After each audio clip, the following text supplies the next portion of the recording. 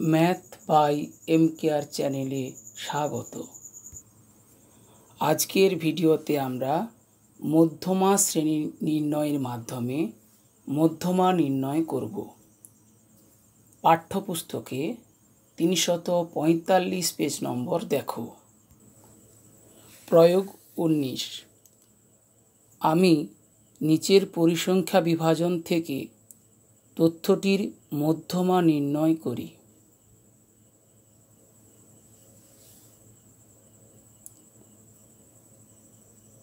এই ধরনের সমস্যার সমাধান আমরা এর আগের ভিডিওতে করেছি। এখন চলো xi যদি শ্রেণী দেওয়া থাকে কিভাবে নির্ণয় করব।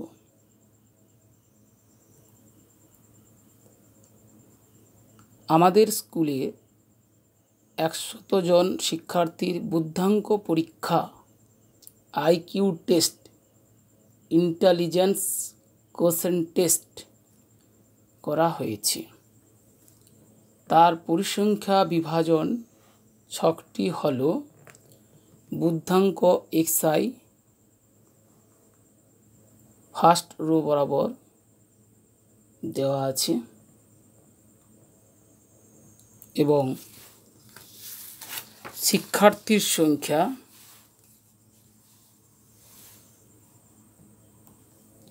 সেকেন্ড রো বরাবর দেওয়া আছে। আমি উপরের ছকের 100 জন শিক্ষার্থীর বুদ্ধাঙ্কের মধ্যমা নির্ণয় করি। দেখছি প্রদত্ত পরিসংখ্যা বিভাজন ছকটি একটি বিন্যস্ত পরিসংখ্যা বিভাজন ছক। এই বিন্যস্ত পরিসংখ্যা বিভাজন ছকের ক্ষুদ্রতর সূচক ক্রমযৌগিক পরিসংখ্যা বিভাজন ছক তৈরি করি।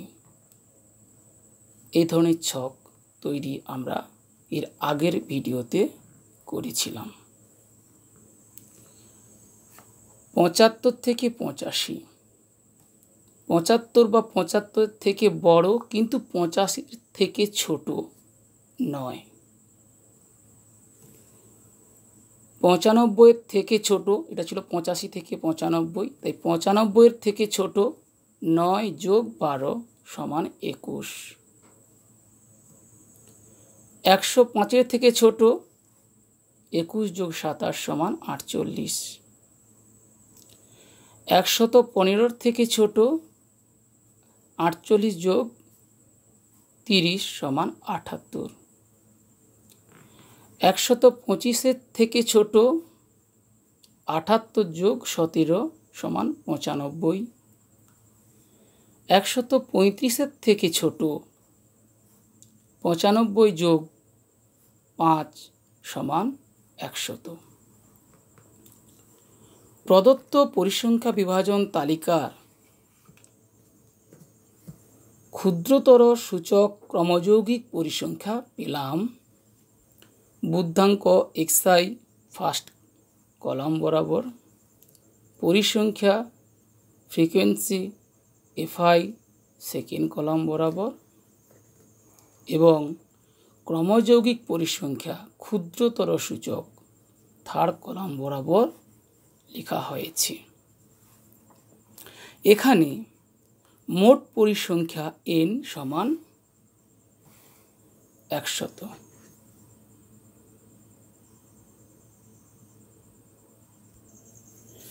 আমরা প্রথমে উপরের পরিসংখ্যা বিভাজন ছকের কোন শ্রেণীতে ক্রমযৌগিক পরিসংখ্যা n/2 এর সমান বা বড় হবে দেখি। n/2 সমান, এখানে n এর মান 100, 100/2 = 50। তাহলে পরিসংখ্যান ছকটা আরেকবার দেখি।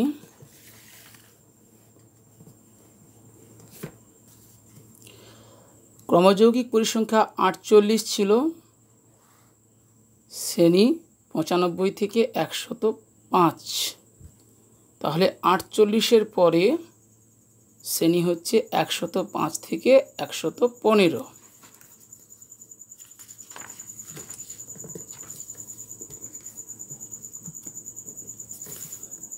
অতএব 105 থেকে 115 শ্রেণীটির ক্রমযৌগিক পরিসংখ্যা 78, যা 50 অপেক্ষা ঠিক বেশি। কিন্তু এই 105 থেকে 115 শ্রেণীটিকে উপরের পরিসংখ্যা বিভাজনের কি বলা হয়? 105 থেকে 115 শ্রেণীটি প্রদত্ত পরিসংখ্যা বিভাজনের মধ্যমা শ্রেণী। আমরা আজ এই মধ্যমা শ্রেণী নির্ণয় করব, তারপরে মধ্যমা নির্ণয় করব। মধ্যমা মিডিয়ান শ্রেণী ক্লাস, মিডিয়ান ক্লাস। কিন্তু প্রদত্ত পরিসংখ্যা বিভাজন থেকে তথ্যটির মধ্যমা কিভাবে নির্ণয় করব? মধ্যমা শ্রেণীটির নির্বাচনের পরে, তাহলে প্রথমে আমাদের কাজ মধ্যমা শ্রেণী নির্বাচন, পরে আমরা নিচের সূত্রটি প্রয়োগ করব, প্রয়োগ করে মধ্যমা নির্ণয় করব। সূত্রটা কি? মধ্যমা সমান L plus n/2 minus CF whole divided by F into H। কোথাও CF এর জায়গায় শুধু C থাকে, F এর জায়গায় FM দেওয়া থাকে। এই প্রতিটা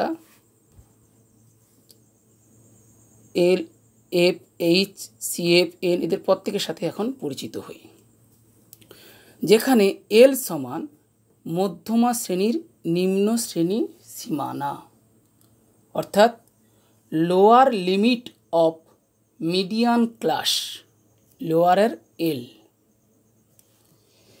N সমান পর্যবেক্ষণ সংখ্যা, নাম্বার অফ অবজারভেশন, তাই N। F সমান মধ্যমা শ্রেণীর পরিসংখ্যা, ফ্রিকোয়েন্সি অফ মিডিয়ান ক্লাস। এখানে যেমন আমরা 105 থেকে 115 শ্রেণীটিকে মধ্যমা শ্রেণী বলে ধরেছিলাম, তাহলে তার ফ্রিকোয়েন্সিটাই হবে F, মধ্যমা শ্রেণীর পরিসংখ্যা। CF মধ্যমা শ্রেণীর ঠিক আগের শ্রেণীর ক্রমযৌগিক পরিসংখ্যা। Cumulative frequency of class preceding the median class. Cumulative frequency, cumulative frequency ক্রমযৌগিক পরিসংখ্যা মধ্যমা শ্রেণীর ঠিক আগের শ্রেণীর। H মধ্যমা শ্রেণীর শ্রেণী দৈর্ঘ্য, class size of the median class, class size or class width or class length। H এভাবে মনে রাখবো, আমরা যখন UI বের করেছিলাম সেক্ষেত্রে কল্পিত গড় পদ্ধতির সময় DI এবং ক্রমবিচ্যুতি পদ্ধতির সময় UI বের করার সময় আমরা DI-গুলোকে যে সংখ্যা দিয়ে ভাগ করেছিলাম তা আসলে মধ্যমা শ্রেণীর শ্রেণী দৈর্ঘ্য, আসলে ছিল DI-গুলোর হাইয়েস্ট কমন ফ্যাক্টর H। বুঝেছি। নির্ণীয় মধ্যমা L plus n/2 minus CF whole divided by F into H। তাহলে এই যে আমরা সমস্যাটার এখন সমাধান করছি, সেখানে এল সমান কত?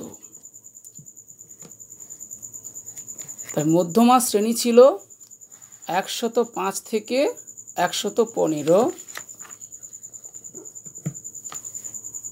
105 থেকে 115। তাহলে এখানে lower limit of median class কত? 105, এল এর মান 105।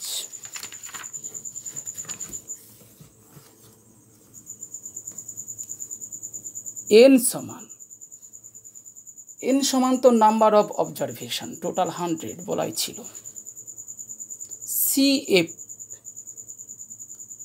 Cumulative frequency of class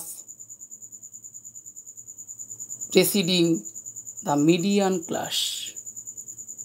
cumulative frequency CF ক্রমযৌগিক পরিসংখ্যান ঠিক আগের শ্রেণীর, অর্থাৎ এক্ষেত্রে এই শ্রেণীর আগের ক্রমযৌগিক পরিসংখ্যান হলো 48।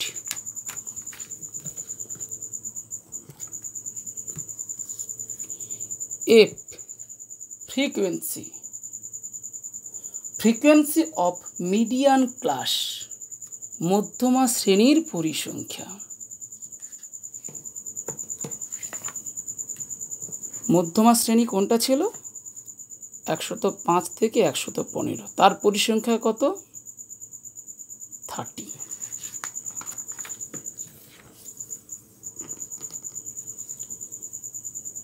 H মধ্যমা শ্রেণীর শ্রেণী দৈর্ঘ্য, class size of the median class.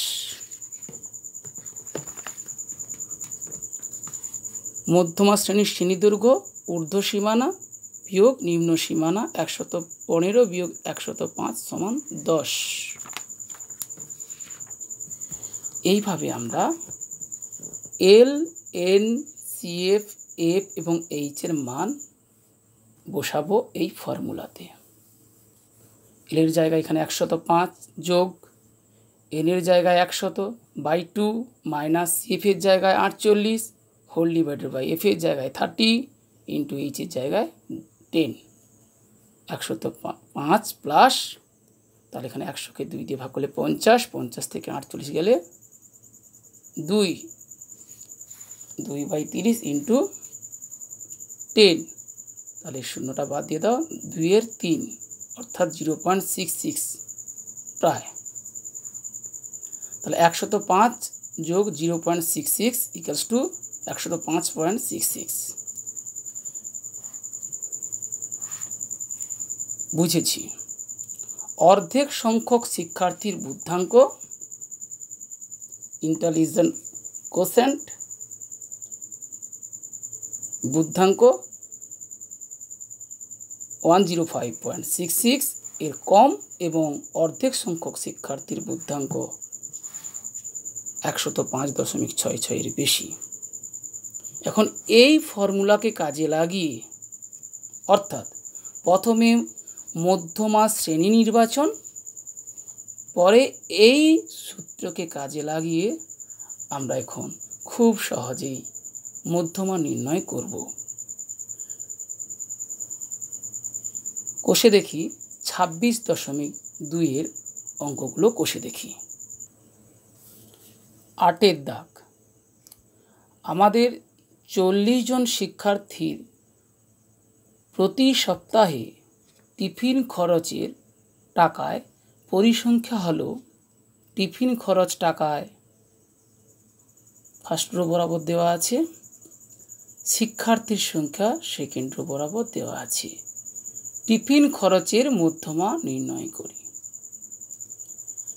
তাহলে আমরা প্রথমে একটা পরিসংখ্যান বিভাজন ছক তৈরি করে নেব, যেখানে ফার্স্ট কলাম বরাবর টিফিন খরচ, সেকেন্ড কলাম বরাবর শিক্ষার্থীর সংখ্যা এবং থার্ড কলাম বরাবর ক্রমযৌগিক পরিসংখ্যা ক্ষুদ্রতর সূচকে লিখব। অর্থাৎ 3টি কলাম যুক্ত একটি ছক এবং তাতে রো থাকবে 1 2 3 4 5 6 7 8 তৈরি করে নেব।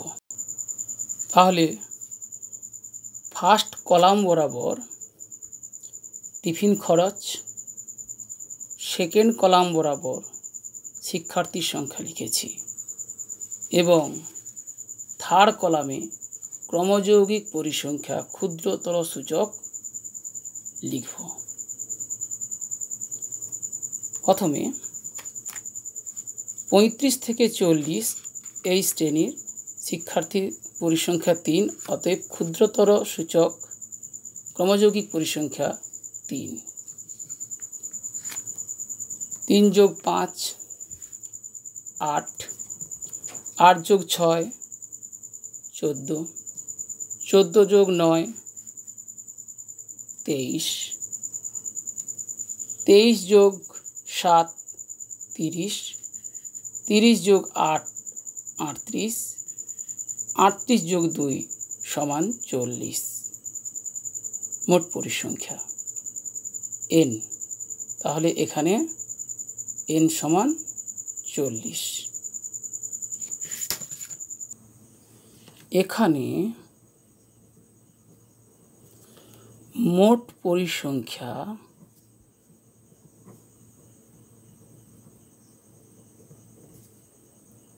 n সমান 40। যুগ্ম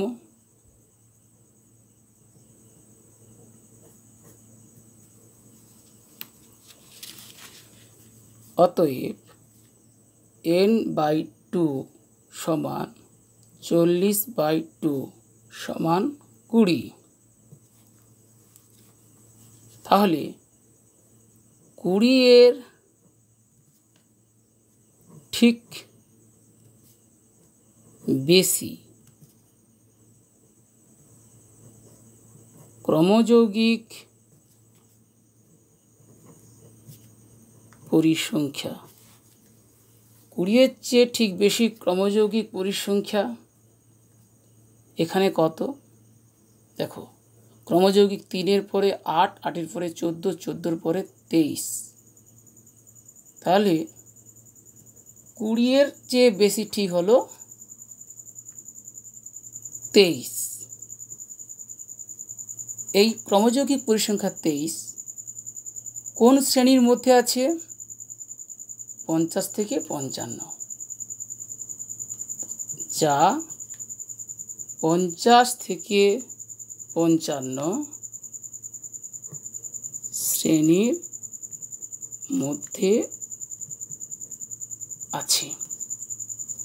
অতএব মধ্যমা শ্রেণী, তাহলে ওই যে শ্রেণীটাই হলো মধ্যমা শ্রেণী। মধ্যমা শ্রেণী 50 থেকে 55, এটা হলো মধ্যমা শ্রেণী। শুরুতেই আমরা আলোচনা করেছিলাম এখন মধ্যমা শ্রেণী নির্ণয় করব, তারপর মধ্যমা নির্ণয় করব। তাহলে শ্রেণী নির্ণয় হয়ে গেল। এবার দেখি এই শ্রেণীর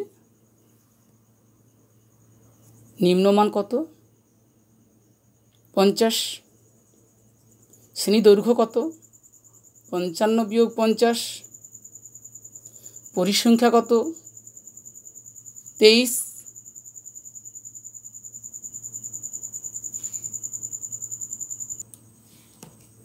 অতএব মধ্যমা সমান সেই ফর্মুলাটাই লিখে ফেলি, L plus n/2 minus CF whole divided by F into H। তাহলে এখানে মানগুলো পুট করে দিই, সাইডে লিখে নেব কোনটা কি। L সমান 50, n সমান 40, C সমান এই শ্রেণীর পূর্বের ক্রমযৌগিক পরিসংখ্যা 14, সি বা সিএফ, এখানে সিএফ লিখেছি, আর এফ বা এফ এমও লেখা যায়, কারণ এটা হচ্ছে ফ্রিকোয়েন্সি অফ মিডিয়ান ক্লাস, তাই এফ এমও অনেকে লিখে থাকে। এফ সমান ওই মধ্যমা শ্রেণীর পরিসংখ্যা তথা এখানে 9, তাহলে এফের মান 9, আর এই সমান শ্রেণী দৈর্ঘ্য 55 থেকে 50 বাদ দিলে 5। এই মানগুলো তাহলে পুট করে দিই। 50 যোগ 20/2 minus 14 whole divided by 9 whole into 5 সমান 50 যোগ 10 থেকে 14 বিয়োগ করলে এটা মাইনাস, এটা 10 না 40/2, এটা 20 থেকে 14 বিয়োগ করলে 6, তাহলে 6-এর 9 গুণ 5 সমান 50 যোগ 30কে কাটাকাটি করে দিই, 2, 3 মানে 10/3, অর্থাৎ 3.33 প্রায়। তাহলে 50 3 53.33 প্রায়। এখানে টিফিনের খরচ টাকায় দেওয়া ছিল, তাহলে উত্তর হবে অতএব নির্ণেয়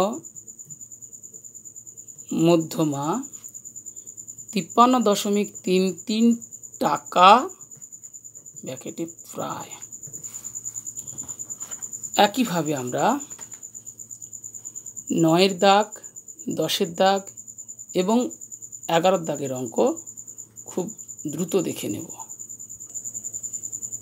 9-এর দাগ, নিচের তথ্য থেকে ছাত্রদের উচ্চতার মধ্যমা নির্ণয় করি। উচ্চতা ফার্স্ট রো বরাবর দেওয়া আছে, ছাত্রদের সংখ্যা সেকেন্ড রো বরাবর দেওয়া আছে। আমরা এইভাবে একটা ছক তৈরি করে নেব। ফার্স্ট কলাম বরাবর উচ্চতা, সেকেন্ড কলাম বরাবর ছাত্রদের সংখ্যা, থার্ড কলাম বরাবর ক্রমযৌগিক পরিসংখ্যা। তাহলে প্রথমে পরিসংখ্যা 6, ক্ষুদ্রতর সূচকে 6,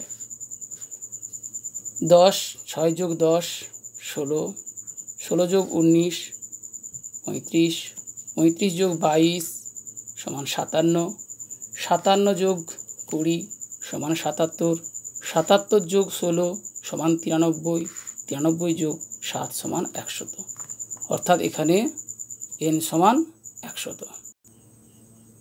এখানে মোট পরিসংখ্যা n সমান 100, অতএব n/2 সমান 100/2 সমান 50। 50 এর থেকে ঠিক বেশি ক্রমযৌগিক পরিসংখ্যা, 50-এর থেকে ঠিক বেশি ক্রমযৌগিক পরিসংখ্যা হলো 57, যা কোন শ্রেণীর মধ্যে আছে? 150 থেকে 155।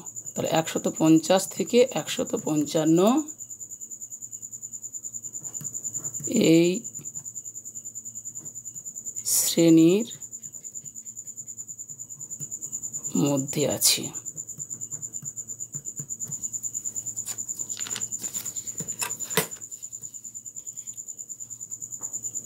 অতএব এবার সূত্রে বসাই। মধ্যমা সমান L plus n/2 minus CF whole divided by F whole into H। এখানে L সমান এই শ্রেণীর লোয়ার মানটা 150, 150, n সমান 100, CF সমান এর আগে পর্যন্ত 35, এফ সমান এখানে 22 আর এইচ সমান 155 থেকে 150 বাদ দিলে 5। এবার মানগুলো পুট করি। 150 প্লাস 100/2 মানে 50 minus 35 whole divided by 22 into 5 সমান 150 প্লাস 15/22 গুণ 5 সমান 150 প্লাস 15 × 5 = 75, 75/22 সমান 150 প্লাস, এটা নিজেরা ভাগ করে দেখবে, 3.409 প্রায় সমান হবে 153.41 প্রায়। যেহেতু উচ্চতা সেমিতে দেওয়া ছিল, উত্তর হবে নির্ণয় উচ্চতা মধ্যমা 153.41 সেমি প্রায়। 10 দাগের অঙ্কটা একই রকমভাবে কাটাতে হবে। শ্রেণী সীমানা, পরিসংখ্যা এবং ক্রমযৌগিক পরিসংখ্যা। প্রথমে 4 + 7 = 11, 11 + 10 = 21, 21 + 15 = 36, 36 + 10 = 46, 46 + 8 = 54, 54 + শেষের এই 5 = 59, অর্থাৎ এখানে এর মান 59।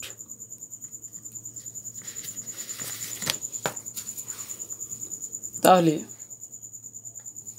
এক্ষেত্রে মোট পরিসংখ্যা n সমান 59, অতএব n/2 সমান 29.5। আর আমি বলে দিচ্ছি, নিজেরা করবে। এল এর মান 29.5,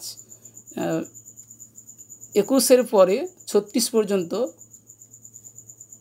শ্রেণীটি হলো 30 থেকে 40, তাহলে এটাই হলো মধ্যমা শ্রেণী। সুতরাং এল এর মান এখানে 30, 40 থেকে 30 বাদ দিলে 10, অর্থাৎ এইচ এর মান 10। এখানে ফ্রিকোয়েন্সি 15, তাহলে এফ এর মান 15, তার আগে পর্যন্ত ক্রমযৌগিক 21, অতএব সি এফ এর মান 21। এভাবে নিজেরা অঙ্কটা করবে। 11 দাগের অঙ্ক, নিচের তথ্যের মধ্যমা নির্ণয় করি। শ্রেণী সীমানা, পরিসংখ্যা। একইভাবে ছক তৈরি করে নেবে। শ্রেণী সীমানা ফার্স্ট কলাম বরাবর, পরিসংখ্যা সেকেন্ড কলাম বরাবর, ক্রমযৌগিক পরিসংখ্যা থার্ড কলাম বরাবর লিখতে থাকবে। প্রথমে 5 + 6 = 11, 11 + 15 = 26, 26 + 10 = 36, 36 + 5 = 41, 4 = 45, 3 = 48, 2 = 50, অর্থাৎ এখানে n এর মান 50। তাহলে n/2 সমান 50/2 সমান 25। ক্রমযৌগিক পরিসংখ্যা 11 ছিল সেকেন্ড রো বরাবর, তাহলে 11 পরে 26 পর্যন্ত থার্ড রোতে আছে।